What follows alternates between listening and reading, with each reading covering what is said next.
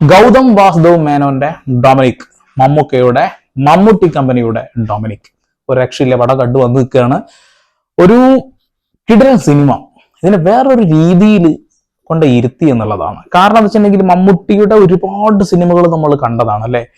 എല്ലാത്തിൽ നിന്നും വ്യത്യസ്തമായ രീതിയിലുള്ള ഒരു സിനിമയാണ്. സ്പോയിലേഴ്സ് ഇഷ്ടം പോലെ ഉണ്ട്, പക്ഷെ സ്പോയിലേഴ്സ് ഒന്നും ഇവിടെ കൊണ്ടുവരേണ്ട കാര്യമില്ല എന്ന് തോന്നുന്നു.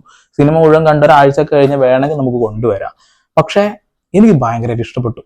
ഇങ്ങനെ ഒരു സിനിമ മമ്മൂട്ടി കമ്പനിയിൽ നിന്ന് നമ്മൾ പ്രതീക്ഷിച്ചിട്ടില്ല എന്ന് വേണമെങ്കിൽ പറയാം. മമ്മൂട്ടി കമ്പനിയുടെ സിനിമകളൊക്കെ വ്യത്യസ്തമായിട്ടുള്ള രീതിയിലുള്ള സിനിമകളാണല്ലോ അല്ലെ. അതിൽ ഈ ഒരു ജോണറിൽ ഒരു സിനിമ വരുന്നു വിചാരിച്ചില്ല.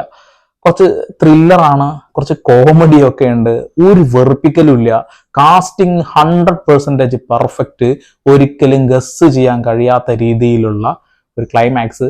പലയിടങ്ങളിൽ നമുക്ക് ചില ഗസ്സിങ് ഒക്കെ ചിലപ്പോൾ ശരിയാവും, പക്ഷെ ഒരിക്കലും അവസാനത്തെ ആ ഒരു ക്ലൈമാക്സ് ഒരിക്കലും നമ്മൾ വിചാരിക്കുന്നത് പോലെയല്ല. പൊന്നുമക്കളെ പൊളിയ. എഡിറ്റിംഗ് ചെയ്തിട്ടുള്ളത് ആന്റണിയാണ്, ക്യാമറ ചെയ്ത് വിഷ്ണുദേവാണ്. ക്യാമറ ഒക്കെ അത്യാവശ്യം നല്ല, ഒരു വലിയ മാസ്മരികതയൊന്നും ഈ സിനിമക്ക് ആവശ്യമില്ല, പക്ഷെ ഉള്ളതൊക്കെ നല്ല പെർഫെക്റ്റ് ആയിട്ട് ചെയ്തിട്ടുണ്ട്. മമ്മൂട്ടി കമ്പനിയുടെ എല്ലാ സിനിമയും ആദ്യ ദിവസം ഞാൻ പോയി കണ്ടിട്ടുണ്ട്. ഏത് പടം ഇറങ്ങുകയാണെങ്കിലും ഇതും എനിക്കൊരു ഭയങ്കരമായിട്ട് ഒരു സന്തോഷം തന്നു. അദ്ദേഹത്തിന്റെ സിനിമകളൊക്കെ കാണുമ്പോൾ കിട്ടുന്ന ഒരു എനർജി ഉണ്ടല്ലോ. കുറച്ച് സീനുകളുടെ ഇടക്ക് ഇങ്ങനെ തീപ്പൊരി മാറിക്കുന്ന അടച്ച് കുറച്ച് അദ്ദേഹത്തിന്റെ ആ മാസ് ലുക്കിലുള്ള ഒരു വരവുകളൊക്കെ ഉണ്ടല്ലോ, പൊളിയ. പിന്നെ അദ്ദേഹത്തിനെ കാണിക്കുന്ന സമയത്ത് ഒരു വലിയ സംഭവമായിട്ടൊന്നും കാണിച്ചിട്ടില്ല. വളരെ സിമ്പിൾ ആയിട്ടാണ് കാണിച്ചത്. വളരെ സിമ്പിൾ ആയിട്ട് തന്നെ സിനിമ അവസാനിപ്പിക്കുകയും ചെയ്ത്. എന്നാൽ അതൊരു വലിയ ഹമ്പിൾ ആണ് താൻ. എനിക്ക് ഭയങ്കരമായിട്ട് ഇഷ്ടപ്പെട്ടു. എഡിറ്റിംഗ് ഒക്കെ പറഞ്ഞല്ലോ, ക്യാമറ ഗ്രേഡിങ്, അതിലൊന്നും വലിയ രീതിയിലുള്ള ഒരു സംഭവം ചെലുത്തേണ്ട ഒരു സാധനം ഒന്നും സിനിമയിലില്ല. അദ്ദേഹം ഒരു പ്രൈവറ്റ് ഡിറ്റക്റ്റീവ് ആണ്. ഓൾറെഡി നമുക്ക് ആ ഒരു ഇതിൽ നിന്നതൊക്കെ ഏകദേശം മനസ്സിലാവും.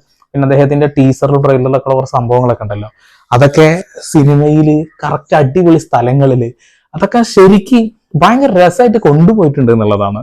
രസകരമായ രീതിയിലുള്ള ഒരു കേസ് അന്വേഷണം. ആ ഒരു പേര് പറഞ്ഞതുപോലെ തന്നെ അതിന് വേണ്ടിയിട്ടുള്ള ഒരു പേഴ്സിന്റെ പിന്നാലെ തന്നെയാണ് സിനിമ. ഭയങ്കര രസമാണ്, അടിപൊളിയാണ്. ഒരുപാട് ചോദ്യചിഹ്നങ്ങളൊക്കെ സിനിമ അങ്ങനെ കണ്ടുകൊണ്ടിരിക്കുമ്പോൾ നമുക്ക് തോന്നും, പക്ഷെ ചോദ്യചിഹ്നങ്ങളൊന്നും സിനിമ തിയേറ്ററിൽ നിന്ന് ഇറങ്ങി വരുമ്പോൾ ഇല്ല. ഒക്കെ പെർഫെക്റ്റ് ആയിട്ട് തീർത്തിട്ടുണ്ട്. ചില സിനിമകളൊക്കെ അവസാനിപ്പിക്കുമ്പോൾ നമ്മൾ വിചാരിക്കും ഈ സിനിമ ഇങ്ങനെ അവസാനിപ്പിച്ചെന്ന്. അങ്ങനെയുള്ള ഒരു ചിന്തകളും ഈ സിനിമയിൽ നമ്മളെ കൊണ്ടെത്തിക്കില്ല. പെർഫെക്റ്റ് ആയിട്ട് ചെയ്തിട്ടുണ്ട്. പെർഫെക്റ്റ് കാസ്റ്റിംഗ് ആണ്. എല്ലാം കൊണ്ട് നോക്കുമ്പോൾ മമ്മൂട്ടി കമ്പനിയുടെ ഇറങ്ങിയ സിനിമകളിൽ ഒരു വേറെ രീതിയിലുള്ള അത്യാവശ്യം നല്ല ഫണ്ട് കളക്ട് ചെയ്യാൻ കഴിയുന്ന ഒരു സിനിമ തന്നെയാണ്. ഫാമിലീസിന് കാണാം.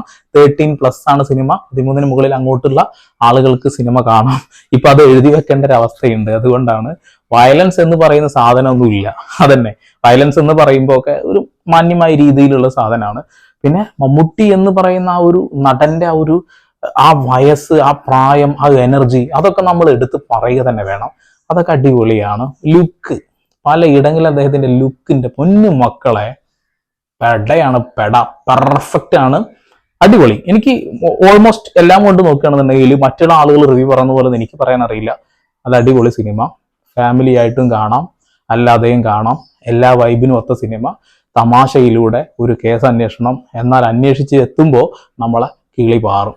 ഓക്കെ, തിയേറ്ററിൽ പോയിട്ട് പടം കാണുക. ഇനി നിങ്ങളുടെ കോക്കണ്ണന്റെ ഒക്കെ റിവ്യൂ പോയി കണ്ടോളൂ. അത്ര ഡീറ്റെയിൽ ആയിട്ടൊന്നും പറയേണ്ടതായിട്ടുള്ള ഒരു സംഭവമൊന്നുമില്ല സിനിമയിൽ. കൊള്ളാം, അടിപൊളി. തിയേറ്ററിൽ തന്നെ കാണുക. ഓക്കെ, ചാനൽ ഇഷ്ടപ്പെടുന്നുണ്ടെങ്കിൽ സബ്സ്ക്രൈബ് ചെയ്യുക. ഓക്കെ, പുതിയ വാർത്താ വിശേഷങ്ങളുമായി ഞാൻ വരും. അതൊരു സന്ദീപ് ഇടപ്പാൾ സൈനിങ് ഓഫ്.